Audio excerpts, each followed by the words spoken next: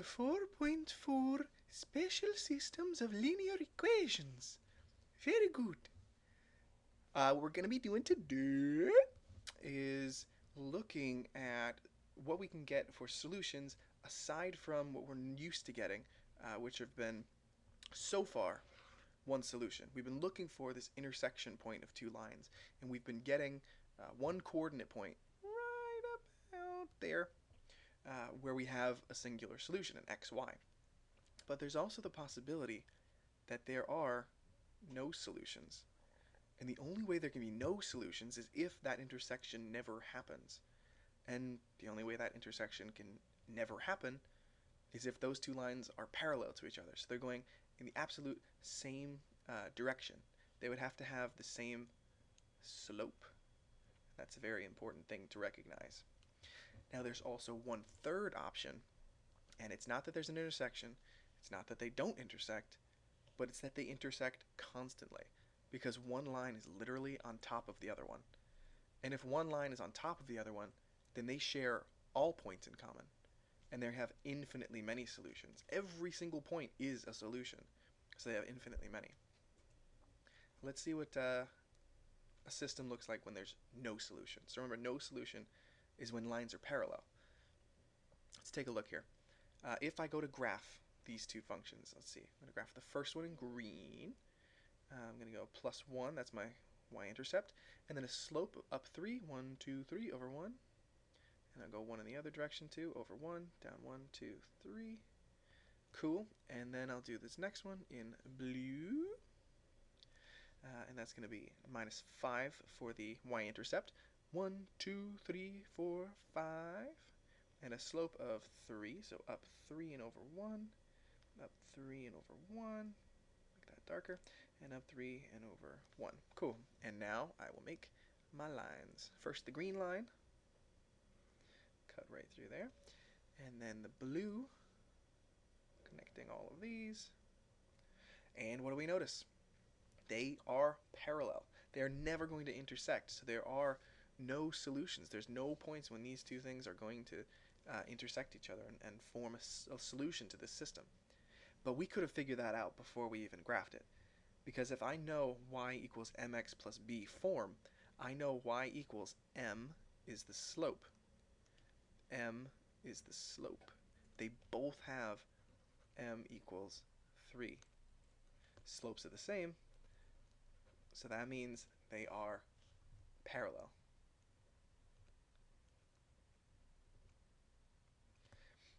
We could have also solved this using a different method. We could have used elimination, we could have used substitution. I'm going to show you what it looks like when we do substitution with something like this. I have y equals 3x plus 1, and I have y equals 3x minus 5. So let's say I take the first equation, y equals 3x plus 1. But the second equation tells me that y is technically 3x minus 5. So I'm going to substitute this equation right here into this equation for y. So instead of y, I'm going to put what y is equal to, which is 3x minus 5. So this was y equals, and then the right side of the equation, 3x plus 1. I have to combine like terms now. So I subtract 3x and I subtract 3x, try and get my x's together. This one cancels, and whoop, that one cancels. So now my equation says -5 equals 1. Well, that's not true. And that's what it looks like when you get a solution, when you get no solution for a system of equations. You have a completely false statement down here. When -5 does not equal 1, that implies that we have parallel lines and there's no solution. All right, now let's look at a different one. It's more of a word problem. We kind of build things onto this one. What it says is that the perimeter of the rectangle is 36 units. Okay, so that's going to be important. 36. And the perimeter of the triangle is 108. Okay, again, that's important. 108. Write and solve a system of linear equations to find the values of x and y. Cool. So perimeter is basically just all the side lengths added together. So 2x plus 4y. And then what do I know about rectangles? I know that the opposite sides are going to be equal. So this is a 4y over here, and across from the 2x is also another 2x.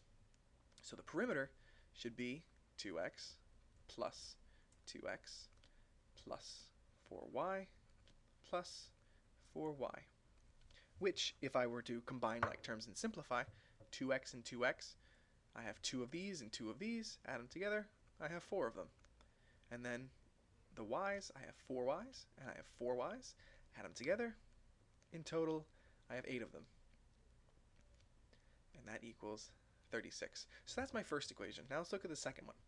Again, perimeter is just adding things together. So 6x plus 6x plus 24y. And if I combine like terms, that's 12x plus 24y. And that equals 108. Cool. Now, let's take all these two equations and let's bring them down to the bottom. Because just finding the equations was not the whole purpose here. I actually want to solve for x and y. So let's write this down. I'll do this one first. 108 equals 12x plus 24y. And then right below it, 36 equals 4x plus 8y. Now I'm going to try and solve by elimination. Remember that elimination means that I want to try and get the coefficients of either the x's or of the y's to be the same thing. Now, this is a 12, that's a 4, so they're not matching yet. This is a 24, and that's an 8, so they're not matching yet. I have a choice. Do I want to make the x's look the same, or do I want to make the y's look the same? In this case, it doesn't really matter. I could multiply the 4 by 3 and get 12, so why don't I do that? I want to get the x's to match, so I multiply 4 by 3, which means that I have to multiply the whole equation by 3. So over here, I'm going to get 3 times 36. Well, 3 times 30 is going to be 90. 3 times 6 is 18, so that's going to get me 108 equals. And then here I'm going to get my 3 times 4x is 12x. And I'm going to get 3 times 8y, which is going to be 24y. Cool. So now my middle equation is no longer there, and I add or subtract the equations from each other to try and get my x's to cancel like I wanted. So I'm going to subtract. 108 minus 108 is 0. 12 minus 12, exactly what I wanted, 0 x's. And 24 minus 24y, uh-oh. That is a weird answer. Well, this is what it looks like when I get infinitely many solutions. I have 0 equals 0, an equation that's completely true, and that implies to me that I have infinitely many solutions to this particular system of equations, meaning that the x and the y will always agree for both of these equations. They are literally the exact same thing, and we could tell that because when I multiplied the bottom one by 3, I literally got the same thing as the top one. 108 equals 12x plus 24y. They were both the same equation. One was right on top of the other one. So I should have been able to realize, oh, well, of course, if one's on top of the other, I have infinitely many solutions. So that's what those two things look like in those special cases where instead of one solution. Alright, make sure you write down any questions you have, do the assigned problems, and have a great night, my dears.